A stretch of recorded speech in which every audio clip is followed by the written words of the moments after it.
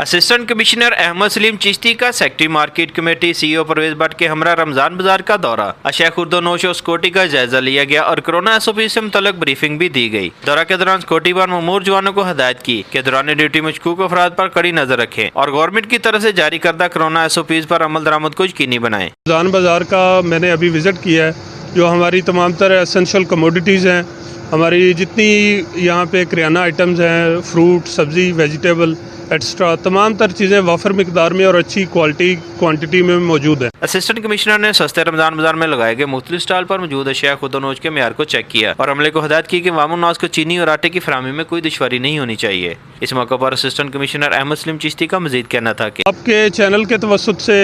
मैं तमाम सुनने वालों को, देखने वालों को ये रिक्वेस्ट करूँगा कि रमज़ान बाज़ार में सस्ती अशिया ख़रीदने के लिए तशरीफ़ ज़रूर लाएँ, लेकिन मास्क का इस्तेमाल ज़रूर करें, SOPs का ख्याल। सस्ता रमजान बाजार में अशिया खुर्दोनोश की कीमतें गवर्नमेंट के मुकर्रर करदा नर्ख के मुताबिक मुहैया की जा रही हैं।